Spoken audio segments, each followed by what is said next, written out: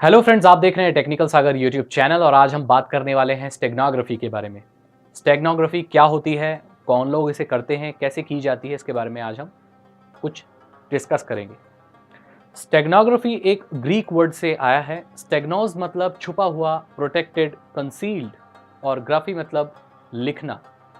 तो कोई छिपी हुई लिखावट। अब इसको कैसे मैं समझाऊं आपको, एक इजी वे में ले जाता हूं आपको, ठीक है। देखिए, पहले ज़माने में 14th सेंचुरी में आप कह सकते हैं, कुछ मैसेजेस हुआ करते थे जो एक राजा से दूसरे राजा में या एक देश से दूसरे देश भेजे जाते थे। कुछ मैसेजेस तो ऐसे हुआ करते थे जो नॉर्मल आप लिख कर भेज सकते हैं। कुछ ऐसे हुआ करते थे कि वो मैसेज कहीं न कहीं चीज़ों में छुपे हुए हुआ करते थे। जैसे मान के चलिए कि अगर कोई राजा कोई दूत को भेजता है दूसरे देश में, तो उसकी बॉडी पर कुछ ऐसे निशान होते थे कि वो दूसरे देश के जो लोग होते थे, वो उसे कुछ ही लोग उसे समझ पाते थे। तो ये हो सकता है कि एक राजा के जो कुछ एजेंट आप कह सकते हैं दूसरे देश में होते थे, उस दूत से वो उस चीज़ को समझ लेते थे, लेकिन जो वहाँ का राजा होता था वो मेन लिखावट ही पढ़ पाता था, ठीक है। कोई भी मैसेज किसी चीज़ के पीछे छुपाना, एक यूजुअल सी चीज़ के पीछे छुपाना स्टेगनोग्राफी कहलाता है। ये चीज़ कुछ नई नहीं है, हालांकि इसका उपयोग आजकल आधुनिक युग में भी होता है, लेकिन मैं थोड़ा हिस्ट्री में आपको समझाना चाहता हूँ कि हिस्ट्री में इसका कैसे यूज़ हुआ।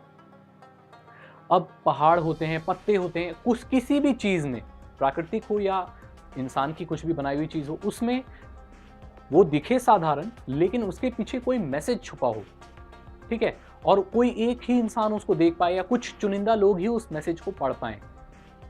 तो ऐसा होता था कि कई ऐसी गुप्त कलाएँ हुआ करती थी, पहले प्राचीन काल में, जो लोग जिनको आती थी वो गुप्त कलाएँ, वो चाहते थे कुछ चुनिंदा लोगों को ही वो सिखाएँ या किसी चुनिंदा लोगों तक ही वो जा पाएँ। तो वो सारी विद्याएँ वो स्टेगनोग्राफी से इनकोड कर देते थे। मतलब कोई गुफ़ाओं के अंदर कुछ ऐसी चीज़ें लिख देते थे, जो दिखने में लगता था कोई कविता है, लेकिन अगर उस कविता को आप उल्टा करके पढ़ें, तो वो कोई मंत्र हो सकता है, कोई मैजिक स्पेल्स हो सकते हैं। ऐसा प्राचीन काल में माना जाता था। अब आप मुझसे पूछेंगे कि ये चीज़ तो प्राचीन काल की है, तो आप हमें क्यों बता रहे हैं? ये हिस्ट्री क्लास तो नहीं है। तो मैं आपको बता देना चाहता हूँ कि स्टेगनोग्राफी आज भी काम करती है और हैकर्स इसे इस्तेमाल करते हैं। जो क्रैकर्स होते हैं, हैकर्स होते हैं, जो सिक्योरिटी एनालिस्ट होते हैं, वो सब इसे आज भी इस्तेमाल करते हैं। इसका जो अब रिलेशनशिप है वो कंप्यूटर्स के साथ जुड़ चुका है, लेकिन कंसेप्ट आज भी वही है। आपको पता होगा कि कई जो हैकर्स होते हैं जो किसी की कंप्यूटर को हैक करते हैं, वो इमेजेस के अंदर सॉफ्टवेयर हाइड करके भेज देते हैं। मतलब अगर किसी को आप इमेज भेज रहे हैं, उसके साथ साथ एक छोटा सा सॉफ्टवेयर भी जा रहा है। तो जितनी भी फाइल्स होती हैं हम जानते हैं, बाइनरी सिस्टम बाइनरीज से बनी होती हैं। उनके अंदर सॉफ्टवेयर की बाइनरीज भी होती हैं और वो कुछ इस तरीके से उस सॉफ्टवेयर को उस इमेज के अंदर डालते हैं कि वो एग्जीक्यूट हो जाता है। और आपको पता होगा कि अगर कोई सॉफ्टवेयर आपके परमिशन के बिना एग्जीक्यूट हो जाता है, तो उसे हम वायरस की कैटेगरी में डालते हैं, मतलब अनवांटेड मैलिशियस सॉफ्टवेयर की कैटेगरी में डालते हैं। ऐसे कंप्यूटर्स हैक भी होते हैं। तो या कोई कॉन्फिडेंशियल फाइल हो सकती है जो कोई इंसान नहीं चाहता कि किसी सब तक पहुंचे।